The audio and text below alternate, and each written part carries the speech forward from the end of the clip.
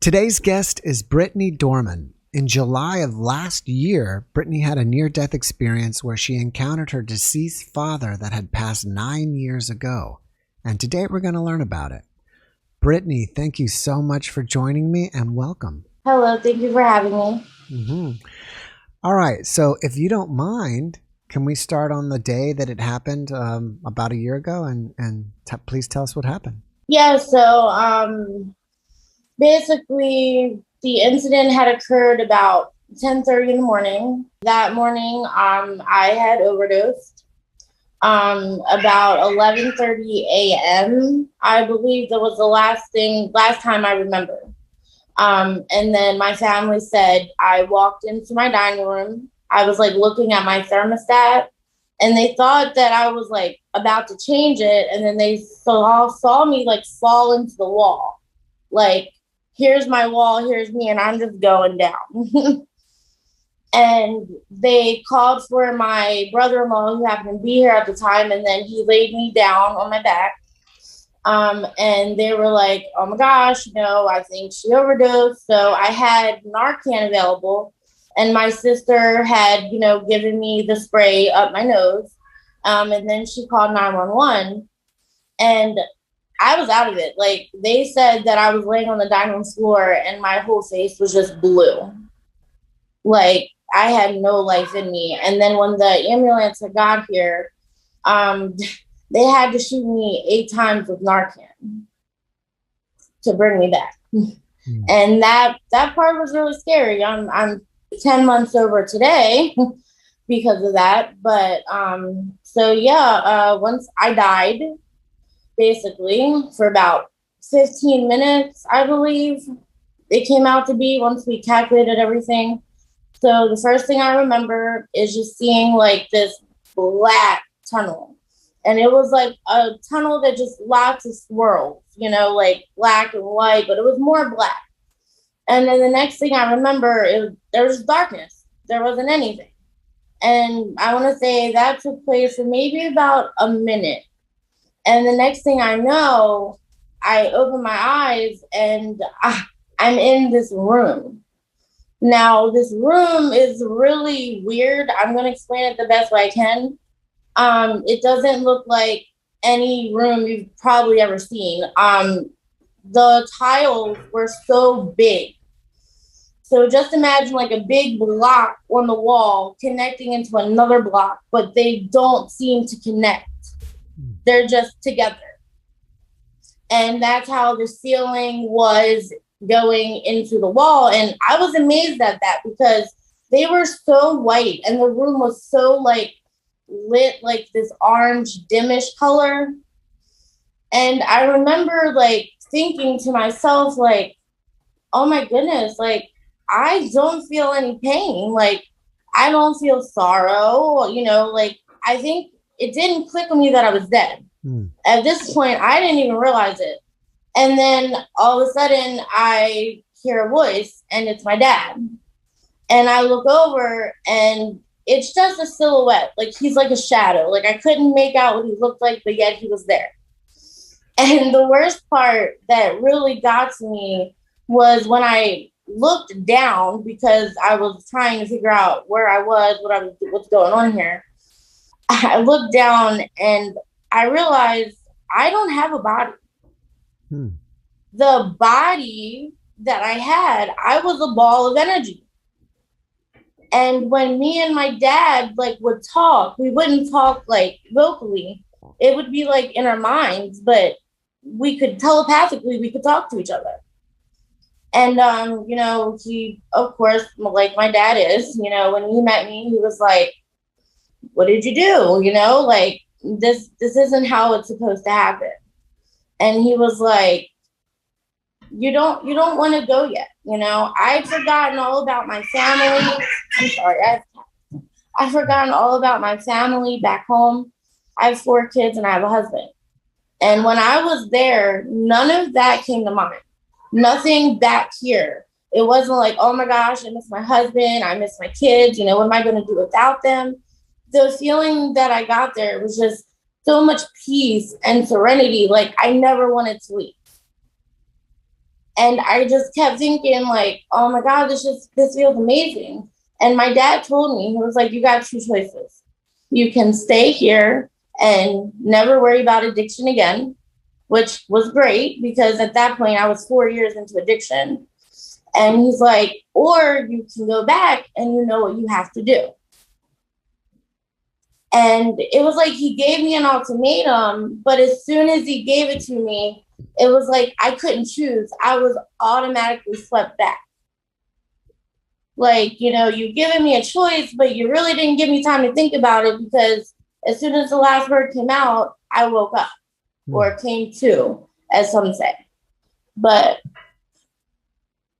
it just blows my mind. Like that feeling I think about all the time. Like there's no feeling like that. I've never felt that feeling here on earth to compare it to that. And the room had no tables. Like it was just open. Like it just went on forever. And, I couldn't believe it. Like it was so bright in there. And I think the whole thing maybe took about 15 minutes there or maybe about 10 minutes. But by the time I got back here, I just thought everything that was going on was a dream in my mind. But I've thought every day since that happened, like my dad saying, you know what you need to do. Well, yeah, the obvious answer was to get clean and, not be addicted to drugs. But I just felt like from my dad, there was more to it.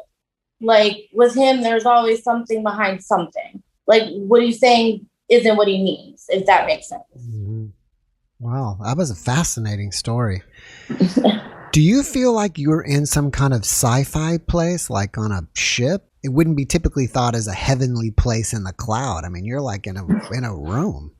Yeah, that's why I've named it the waiting room. Like since I came back, I was like, I don't know what to call it, but I'm going to call it the waiting room. It was like, I was put, like, I guess it was like shielding me from whatever I wasn't meant to see. And it was like I was waiting for my fate to be determined. Like, okay, am I going to go for good because I want to, or am I going to have to go back? But that I really felt like it was covering up something that I wasn't supposed to see yet. Like it wasn't really a room. It was just like a shield. Like they were just blocking me. I also find it interesting how you felt like you were just basically an orb of energy. Yes. I was amazed. Like, I looked down thinking, okay, how do I look? And I didn't have no head. Like the ball of energy was like where my stomach is, like right here. And it was just amazing because I felt as though I was above that. Like it was so weird. Like I still felt like I had a body. But when I looked down, I was just this ball of glowing light. Do you feel like it was more real than here or dreamlike? To me, I felt like it was more real than here. The feelings I got, like, oh my God, it's unexplainable. Like, just imagine, like, the best time of your life times a million. Is there anything else you can remember about the room? I've sat here every single day since it happened, and I've like written out like, word for word.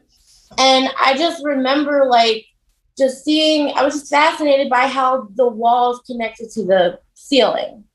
But it was just like kind of like an interrogation room in the movie, like the psych ward, how they have those white walls. That's kind of how it felt like. But that was all it was, like these glowing lights, the white walls. The floor was like dirt. It was like the color of dirt. Does that make sense? Okay. But there was like, the room was just plain white. I couldn't understand that. Interesting. It was white with kind of an orange lighting, I think is what you were saying. Yeah, it had like, it was weird because I couldn't tell where the orange lightings were coming in, but it was like rays of them, if that makes sense. All right. So since you've been back, have you stopped using? Yes. Would you describe that feeling of being over there better than any drug possible? Yes, I would. So, okay, that's fascinating. Did you make the decision to stop using because of your father or anything else? So when I originally came back, I was sitting there like, oh my gosh, what am I going to do? What's going to happen? And the next day when I got up, that'd usually be the time I go to look for drugs or whatever. I just decided I just wasn't going to do it. I was going to go get help and I was going to get off this crap. And I think it had a lot to do with, I felt like I was a miracle. You know what I mean? Like nobody that I've ever read about had overdosed and been shot with Narcan that many times. Mm. You know, like when I tell people that, they're like, you're a walking miracle. Like you were meant to come back. And that's what I wonder every day. Why? Why did I come back? Like, what purpose do I have? Because I feel like there's something else out there, but I'm just not clicking with it or understanding it. Right. Do you ever sit there and say or think, why me compared to everybody else who didn't make it back? Yes, because where I live, on one of my streets, we have a sign for our neighborhood. And it tells you how many people have overdosed and how many people died. And I was one of those people. And the numbers on there was crazy. 894 people where I lived overdosed last year. Wow, that's an incredible number. 365 of them died. Why do you think it's so prevalent where you live? Because I think it's easier because people, you know, they're going after the bad stuff because it's cheaper. You know, the name brand stuff, all prices have gone up. So why, you know, you're going to get sick doing it. You might as well go to that. And that's where everybody gets in trouble. And it's sad. Have you noticed any other ways that you've changed since your experience? Oh, yes. I have changed in every way possible. Like before all this happened, like, I mean, I don't remember the 2 weeks because this all started because my mother-in-law had passed away. And, you know, that I took it hard and I turned to drugs I'd never done. And it was just a rocky 2 weeks. I can't remember those 2 weeks exactly, but when I came back and the changes started, like my husband noticed it, my kids noticed it, I noticed it. I was different. I look at things different. You know, before it was either black and white of my decision making. I didn't see it any other way, that it was just it, my way or no way. And today, you know, I will sit and listen to my children. I will listen to my husband. I will make compromises. You know, I'm not angry all the time. You know, I mean, sometimes life gets ahead of us and we forget, like, oh, crap, you know, I died and came back. You know, I feel like sometimes I just get mixed up in this original life, as I call it. But I feel like there's something more and I'm just not getting it yet. Have you noticed any special abilities like, you know, seeing? I have. I used to have dreams when I was younger about things that would happen. And that's all that happened in my life. And then once I died and came back, I have recordings that I've done, like, you know, I'm talking to ghosts because I feel their presence. You know, sometimes I can see them. Things happen in my house that cannot be explained. But I've caught, I guess what they call EVPs on my phone. I've caught ghosts in pictures. I've caught orbs. Like they're all, I can feel them. They're around. Tell me about the first time you saw a ghost since you were back and how you reacted. Well, the first time would be probably that December. So it was Christmas time and we were sitting here and I remember just seeing a white flash go by. And when I looked over, we had our Christmas lights like hung up in, because our diamond's like a walkway. They literally moved. No lie. Like they took the lights and like let them go and it dropped back. And they did this about 3 times. And then they would see like blue shadows by my door. Like things were just, they were getting very hectic. I'm sorry. That's okay. Is that your cats? Yes, I have a boy cat. He's going crazy in here. I'm sorry. It sounds like the ghost was trying to get your attention. Yes, that's what I've been told. Apparently the ghost was making like a clicking noise to let me know it was there. But apparently, I don't know. I feel like I'm blocked. Like there's something not letting me go all the way and see what's going on. And I've been trying meditation, but not really working. Well, maybe somebody who is watching this podcast will reach out to you and be able to help you with some of that stuff. Yes, that would be great. Maybe something got opened up in you, and now if you can develop it, you can kind of make more use of it. Right, like just a couple days ago, I was sitting here and my daughter had lost my card. And we were looking all over the house, tearing it apart, like where could it be? And then out of nowhere, like I guess this is what they call your third eye. I saw flashes of our Quick Mart and the guy like bending down and picking something up and putting it behind the counter. And then I like forgot about it. And then all of a sudden my daughter was like, hey mom, can we go to Quick Mart? And that was unusual for her because she doesn't usually ask to go there. Like that's something she'll walk to or whatever.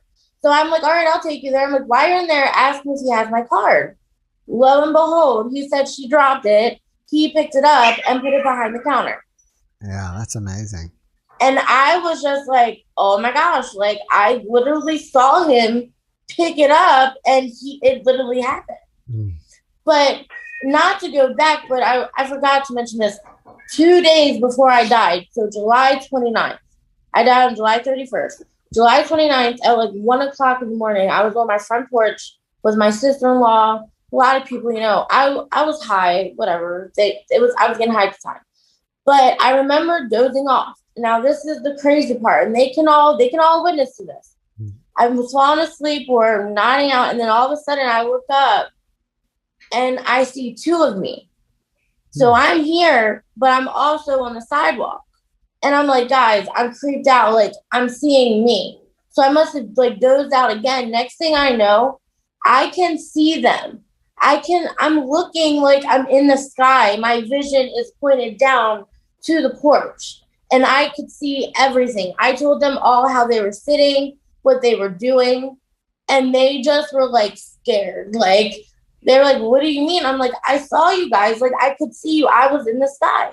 Like, I think I astral projected like that night. And that was the most craziest experience. Yeah, maybe you were already opening up something. Yes, because it was so weird because that week I remember telling my husband, like, isn't it so crazy that our hearts beat every single day and keep us alive? And I'm 31, by the way. And I was only like 30 when it happened. And then like a week later, I wind up overdosing. Right. So it's kind of like I felt like it was coming, but I didn't know what or how. Have you considered getting hypnotized about this experience to see if you can pick up other things that you might have forgotten? I have been looking into that, and I'm actually been talking to my husband. That's something I want to do because I would like to be put under that way, things I've forgotten. Maybe my dad said something else. Maybe I saw something else, but coming back, like that's the only thing I can remember. Have you told all your friends and family about this experience? And if so, how do they react to it? Well, I've told those closest to me. Like, I just told my one friend because she's really Christian, so I didn't want her thinking that my experience, I was like trying to change her in any way, because some people are really weird about that. Like when you say, oh, I look down and I'm an orb of energy or orb of light, they're going to be like, what are you, crazy? But I told her and, she was like, wow. She's like, maybe you did come back because, maybe things are supposed to happen. Maybe you have psychic abilities you just don't know about. And if I do, that would be great. I would love to learn how to use them, but I'm trying. But I told my sister, she was kind of weirded out because the whole thing about my dad, he wasn't a very happy man most of the time.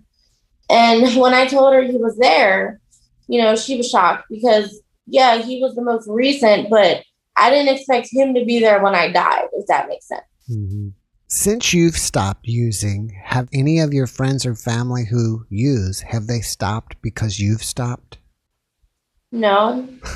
And I wish they would. Oh, I was hoping you were going to be an inspiration to them.